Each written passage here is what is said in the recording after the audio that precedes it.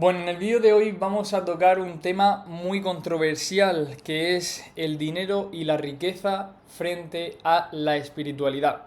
Siempre se nos ha vendido la idea de que estas dos facetas de nuestra vida están confrontadas, que van una en contra de la otra, y que si quieres ser una persona con abundancia económica, con riquezas, con grandes proyectos, etcétera, no puedes ser de alguna manera una persona espiritual, porque se nos ha enseñado desde que somos pequeños que la espiritualidad está en la sobriedad, en el ver el valor de las cosas en lo sutil, en lo simple, en lo esencial. Y todo eso son verdades esenciales de la espiritualidad, pero que no son para nada incompatibles con la riqueza, con la abundancia o con el poder.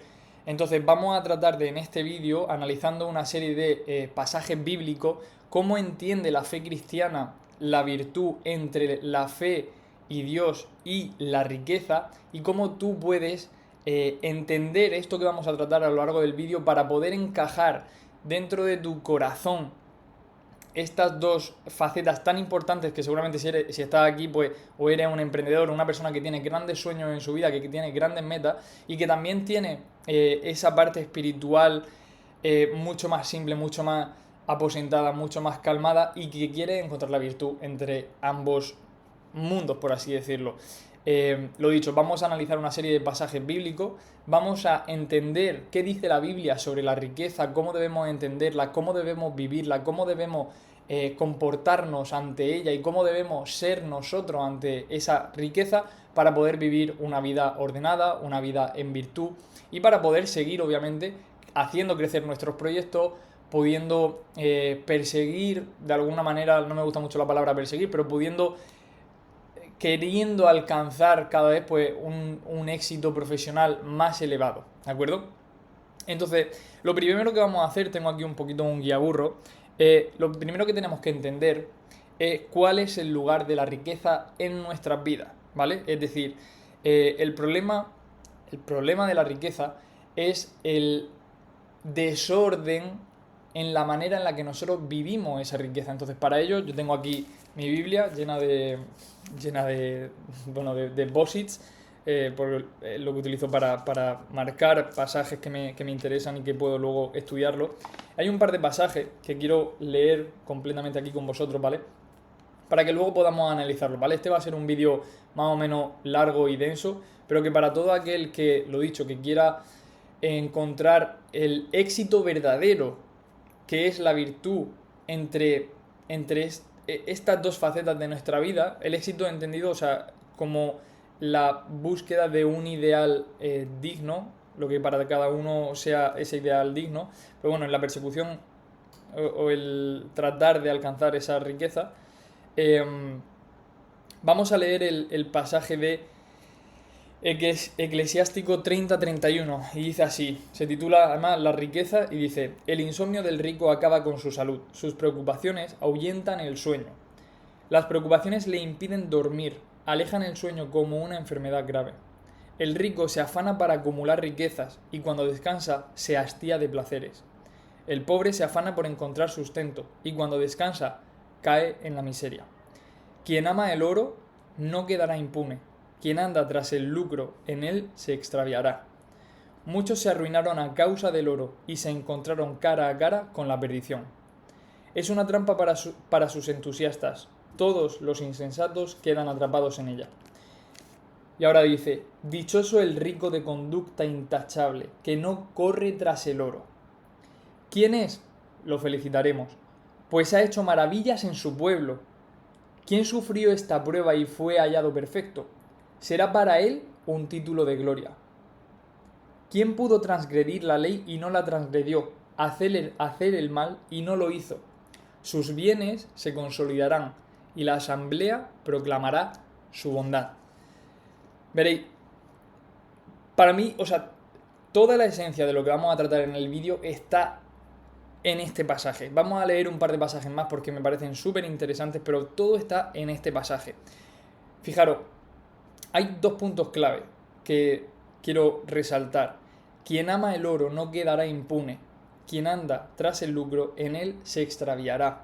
Pero luego dice, Dichoso el rico de conductas intachables que no corre tras el oro, ¿vale? Lo que quiere decir este pasaje bíblico es que no es tanto la riqueza en sí. El dinero no deja de ser una herramienta que puede ser utilizada para el bien o para el mal, al igual que un cuchillo o al igual que un martillo o al igual que cualquier otra herramienta, ¿no? Tú puedes coger un martillo para construir un mueble o puedes utilizar un martillo para agredir a alguien, igual que un cuchillo. El dinero, la riqueza es exactamente lo mismo. Tú puedes utilizar el dinero para alimentar a otras personas, puedes utilizar el dinero para crear un edificio en el cual vivan seres humanos y puedan tener una vida digna, puedes utilizar el dinero para crear carreteras, puedes utilizar el dinero para miles de cosas que en última instancia son buenas porque nos dan calidad de vida, nos ayudan a ser cada vez más dignos, a poder estar más tranquilos para poder dedicar nuestro foco y nuestra energía en ideales más elevados. Entonces, el dinero no es ni malo ni bueno. También puedes utilizar el dinero eh, para estafar a gente, o puedes utilizar el dinero para gastarlo en droga o en vicio o para tratar de hacer daño a alguien. De nuevo, no es el dinero en sí, sino el quiénes estamos nosotros siendo a través de ese dinero, ¿no? El rico se afana para acumular riquezas y cuando descansa se hastía de placeres. Es como, o sea, el punto aquí, el punto clave está en no afanarse en la persecución del dinero. A mí me ayudó mucho a entender el orden de prioridades que hace que tu vida esté ordenada, ¿vale? Cuando tu orden de prioridades es el correcto y entiendes que hay muchas cosas por encima de la persecución del dinero o del éxito económico, el éxito económico cobra sentido. Porque si a alguno de vosotros ya le ha pasado el vivir la experiencia de ganar mucho dinero un mes, se dará cuenta de que la euforia o la felicidad que eso te proporciona te dura un momento. Y si te dura un momento esa felicidad es porque estabas depositando la expectativa de que eso te iba a hacer feliz y por tanto estabas persiguiendo ese hito, estabas afanado tras el oro, es lo que menciona aquí el pasaje. Sin embargo, si tú partes ya desde una sensación de ya lo tengo todo y utilizo mis talentos y utilizo la riqueza que pueda y sea capaz de generar para aportar al mundo, para darle una vida mejor a mi familia, para poder crear puestos de trabajo, para poder crear proyectos que en última instancia aportan valor, entonces tu sensación de felicidad, tu sensación de valía, tu sensación de prosperidad ya no estará anclada tanto al dinero en sí, al oro que aquí menciona, sino al simple hecho de poder crear. Entonces, ¿cómo hacemos esto? Poniendo siempre a Dios primero.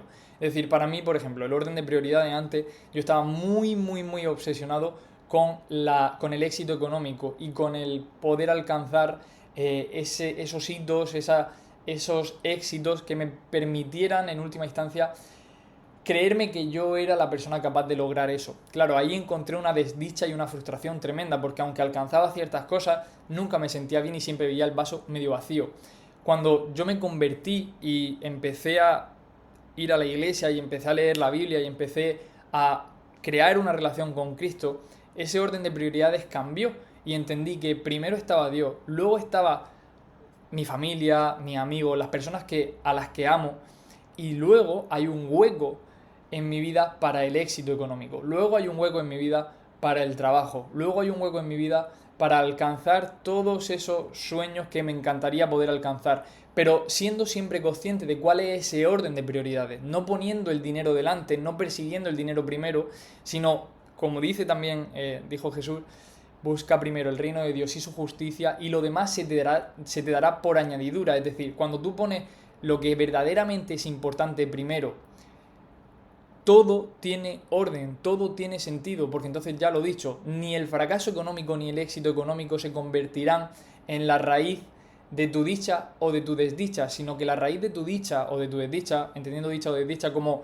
sensación de felicidad, de bienestar, de orgullo personal, de paz mental, etcétera, y desdicha como sensaciones negativas de escasez, de frustración, de negatividad, de estar desalineado con tu vida, cuando tú, lo dicho, el orden de prioridades está bien colocado, alcanzar ese punto de sentirte afortunado, de sentirte agradecido, es mucho, mucho, mucho más fácil, por no decir que es imprescindible que ese orden de prioridades esté bien establecido para que esa sensación de verdadera plenitud pueda darse. Porque cuando perseguimos el dinero, cuando nos afanamos por la persecución del éxito económico, completamente nos perdemos, como aquí menciona, ¿no? El insomnio del rico acaba con su salud, sus preocupaciones ahuyentan el sueño. Si estás en ese punto, el problema es que estás poniendo el dinero primero.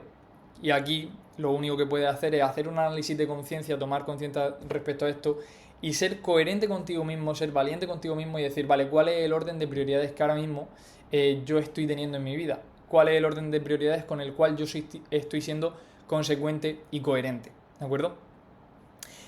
Para terminar de cerrar esto, vamos a ir a otro pasaje que es bellísimo y que da mayor valor a todo esto que he estado mencionando, que es la parábola de los talentos, ¿vale? Con esta parábola, si ya la has escuchado, maravilloso. Si no la has escuchado, vamos a leerla y ahora sacamos conclusiones. Dice así: es como un hombre que al irse de viaje llamó a sus siervos y los dejó al cargo de sus bienes. A uno le dejó 5 talentos, a otro 2 y a otro 1, a cada cual según su capacidad. Luego se marchó. El que recibió 5 talentos fue enseguida a negociar con ellos y ganó otros 5. El que recibió 2 hizo lo mismo y ganó otros 2. En cambio, el que recibió solo 1 fue a hacer un hoyo en la tierra y escondió el dinero de su señor. Al cabo de mucho tiempo viene el señor de aquellos siervos y se pone a ajustar las cuentas con ellos. Y se acercó el que había recibido 5 talentos y le presentó otros 5 diciendo: Señor, 5 talentos me dejaste, mira, he ganado otros 5. Su señor le dijo: bien, siervo bueno y fiel, como has sido fiel en lo poco, te daré un cargo importante. Entra en el gozo de tu señor. Se acercó luego el que había recibido 2 talentos y dijo: Señor, 2 talentos me dejaste, mira, he ganado otros 2. Su señor le dijo: bien, siervo bueno y fiel, como has sido fiel en lo poco, te daré un cargo importante. Entra en el gozo de tu señor. Se acercó también el que había recibido un talento y dijo: Señor, sabía que eres exigente, que siegas donde no siembras y recoges donde no esparces. Tuve miedo y fui a esconder tu talento bajo tierra. Aquí tienes lo tuyo. El señor le respondió: eres un siervo negligente y holgazán, con que sabías que siego donde no siembro y recojo donde no esparzo, pues debías haber puesto mi dinero en el banco para que al volver yo pudiera recoger lo mío con los intereses. Quitadle el talento y dádselo al que tiene 10, porque al que tiene se le dará, y al que no tiene, porque al que tiene se le dará y le sobrará, pero al que no tiene se le quitará hasta lo que no tiene. Y a ese siervo inútil echadlo fuera a las tinieblas, allí será el llanto y el rechinar de dientes. Este es, mirad, o sea, literalmente estoy erizado mientras lo leo. O sea, es uno de mis...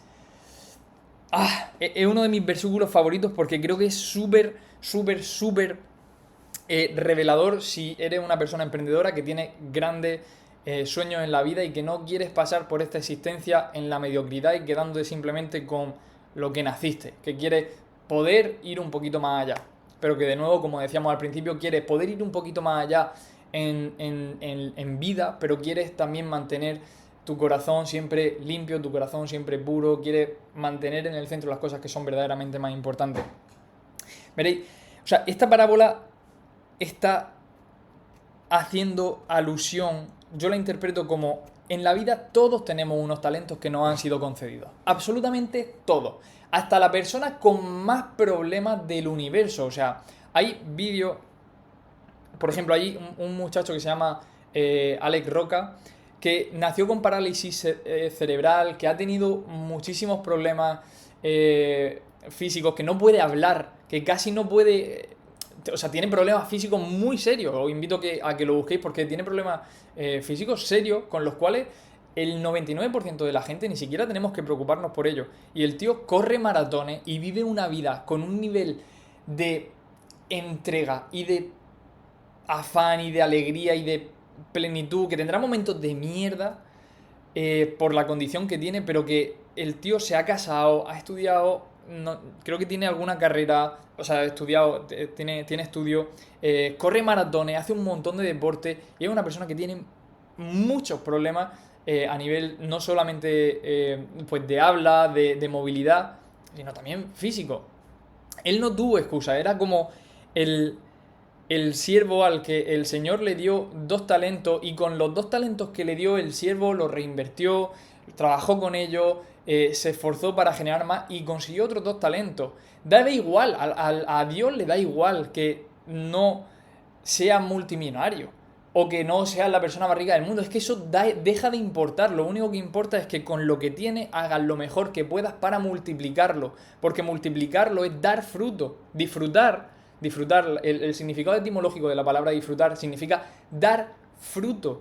Cuando tú das fruto con lo que tienes, sea lo que sea, así sean 4 granos de arroz, si eres capaz de multiplicarlo y generar 8, ahí es donde está el punto, en poner foco en dar lo mejor de ti y en multiplicar lo que ya tienes, no como un vehículo para reafirmarte tú o querer tener más o querer comprarte un coche, un megayate, sino porque en forma de gratitud debemos multiplicar lo que se nos ha dado.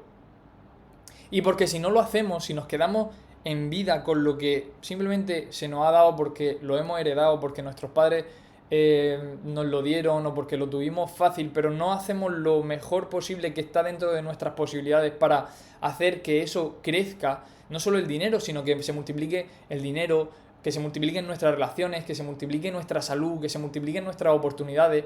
Si no aprovechamos todos esos talentos, seremos como este siervo que el Señor dice, siervo negligente y holgazán, y lo echa a las tinieblas, entendiendo las tinieblas como el infierno, ¿no? Es como que lo castiga por haber tenido miedo, por no haber aprovechado lo que se le dio, por poco que fuese. Y la frase que al que tiene se le dará y al que no tiene hasta lo que no tiene se le quitará es, es rompedora. Y hace alusión, no es el tema del vídeo, pero hace alusión a la identidad, al que tiene. Si tú eres una persona que internamente sientes que tiene, al que tiene se le dará. Cuando tu identidad está alineada con una sensación de abundancia, de plenitud, de ver siempre el vaso medio lleno, por el hecho de ver siempre el vaso medio lleno se te dará más y recibirá más. Por eso siempre se dice que el dinero atrae al dinero. Pero no es casualidad, no es porque...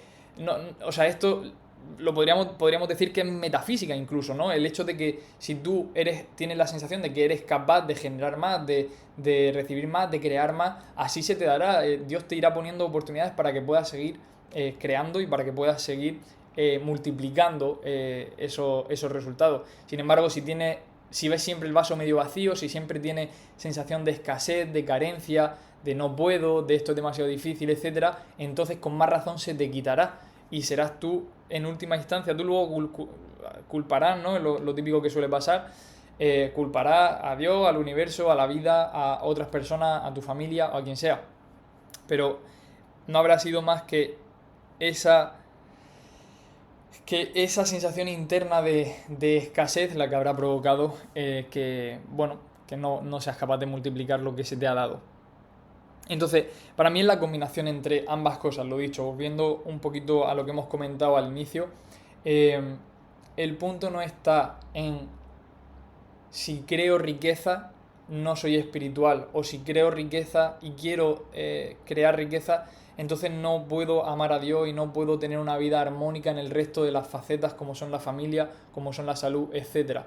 Si sientes que estás yéndote en ese camino, lo único que tienes que hacer es revisar cuáles son tus intenciones, revisar desde dónde estás viviendo la creación de esa riqueza. Si es desde un lugar de persecución de la riqueza, de idolatría hacia el dinero o hacia el oro, si es desde una sensación de afán, de posesión, entonces lo único que te espera es la desolación más más absoluta.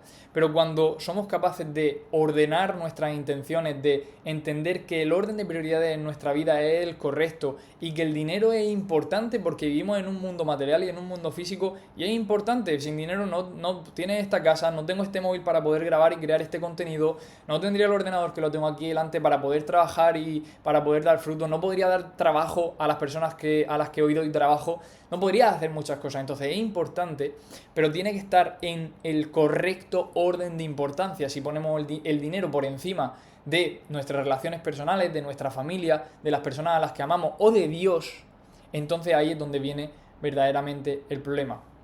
Conclusión, siempre, entiende primero que tu deber ni siquiera es un quiero o no quiero, es que la voluntad de Dios sobre ti, si te ha dado el sueño de crear grandes cosas, tu deber es cumplirlas, porque se te han dado unos talentos y Dios te premiará cuando seas capaz de multiplicar todo lo que se te dio. Si se te dio un talento, si se te dio una capacidad, si se te dio algo en lo que se te da bien, tu deber como ser humano, como hijo de Dios, quieras o no quieras, como hijo de Dios, tu deber es el multiplicar los frutos de los talentos que se te han dado.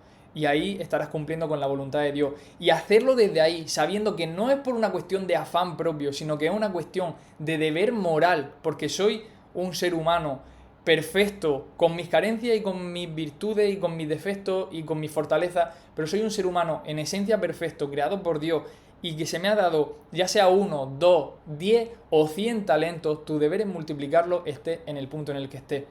Sabiendo eso y sabiendo cuál es el orden de prioridades que debemos seguir en nuestra vida para que ésta tenga sentido en última instancia, para que no lleguemos al punto de tener una cantidad de riqueza que ya no nos tenemos que preocupar por el dinero nunca más, pero nos damos cuenta de que estamos vacíos, es recordar una y otra vez estos dos versículos.